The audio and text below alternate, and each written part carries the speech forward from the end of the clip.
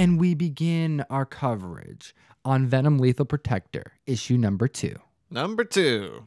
This issue is really good. This series is hot. This series is fun to read.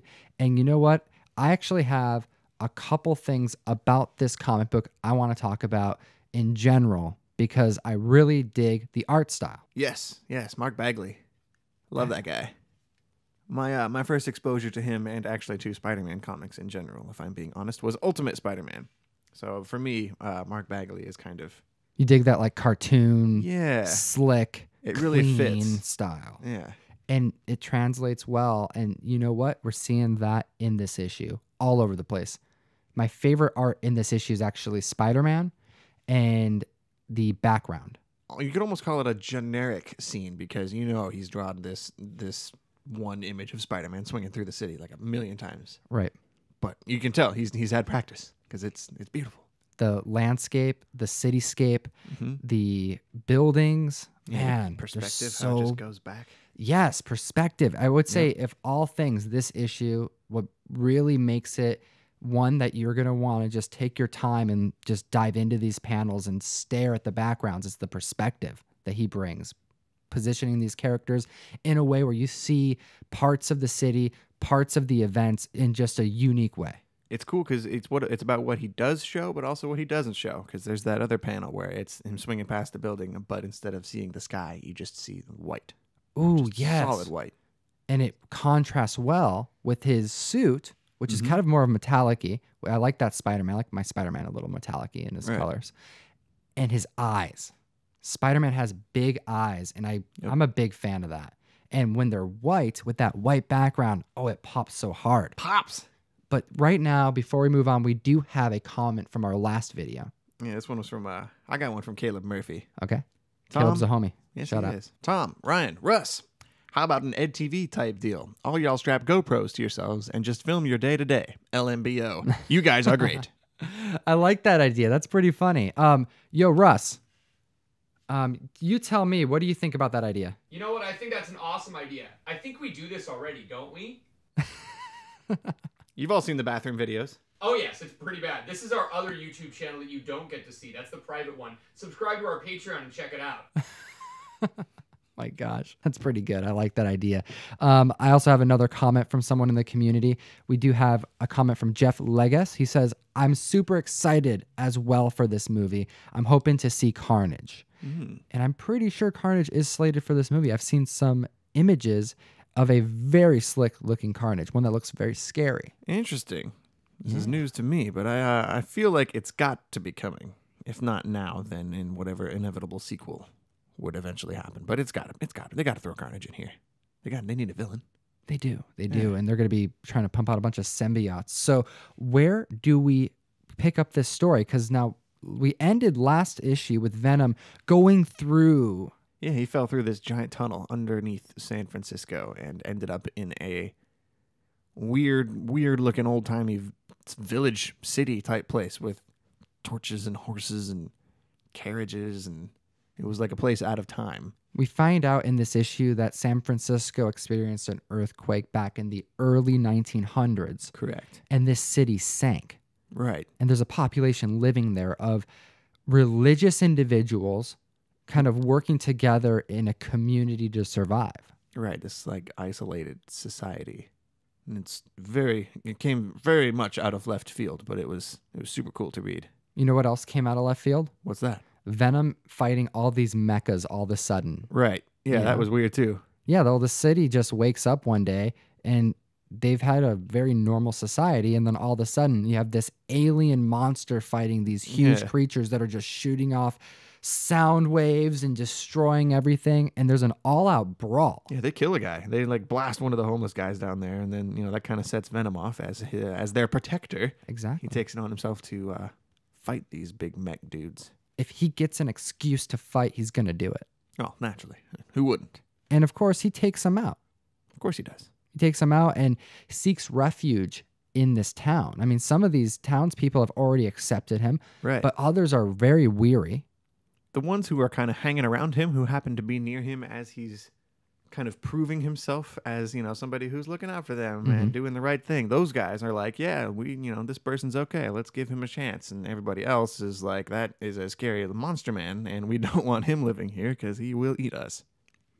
The story begins to unfold here because we know that Eddie Brock is having a hard time finding a safe place to live in San Francisco. No one wants him to live there. He's got the cops on him. Right. He's got Spider-Man on him now. And he's got a company from the first issue. We don't know anything about him, but he's got 3 different people on his case. So him finding a city underneath San Francisco, this could work. It's kind of perfect for him. Yeah, this is ideal situation, but it's not up to him, and it's not up to a couple of these civilians in this town. It's up to the council. Yeah, and they vote him out. There's a whole government. They all get together, and it's a close call, they said, but it eventually, came down to a no vote, and, they kind of banish Venom from their enclave below. And this is where plot begins to develop. Venom overhears them talking about the corporate guy, Mr. Roland Treese, who is trying to force these people out of the underground city. So he takes it on himself once he gets back up to the surface. I'm going to track this guy down, Right. take him out, stop his evil plan. Then they'll like me. It's a good plan, It is. He's the only one who kind of can out of their group of people. right? Who else is supposed to do it? Who else is a giant monster man? So Venom heads over to this building where this business is. Right. Yeah, he knows this guy Treese has a company. So he goes to this building to try and figure something out. He breaks in, and it was actually a pretty cool moment because this guy's got like this classic Ocean's 11 laser beam security system, and normally that would throw somebody off, but Venom just kind of and just switches it off with one of his like symbiote tentacles. Yeah, you can like use those tentacles kind of like a Mr. Fantastic stretch, Sure. Yeah, it makes sense. It's pretty cool. He just immediately bypasses their high-tech security system and gets into their office and finds a scale model of this park that they're planning to build over top of where these people are living underground, which explains why he's trying to kind of clear out everything in the area. But before Venom can get too good of a look at this thing, the security guard up in the security office sends a bunch of goons down there with guns. They get in a big fight. Venom has to scram. And that's kind of how that situation is left. I like seeing that the bullets get absorbed and he just pushes them out. That's going to be cool to see in the movie too. Oh, I can't wait. I keep comparing this to the movie, but I can't help it. It's coming out.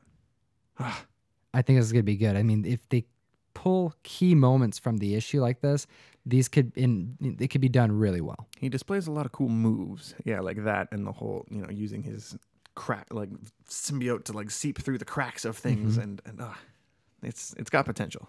It does. It You need does. to pick the right moments like this and work those in. He gets out of the building. Right. He's running away, and then he gets ambushed again. Kind of happens to him. It happens multiple times in both of these issues we've read so far. He gets caught flat-footed, ambushed by people. He really has to get a little apartment in this town because where else is he going to go? I have no idea. He's got to find something because this isn't working for him.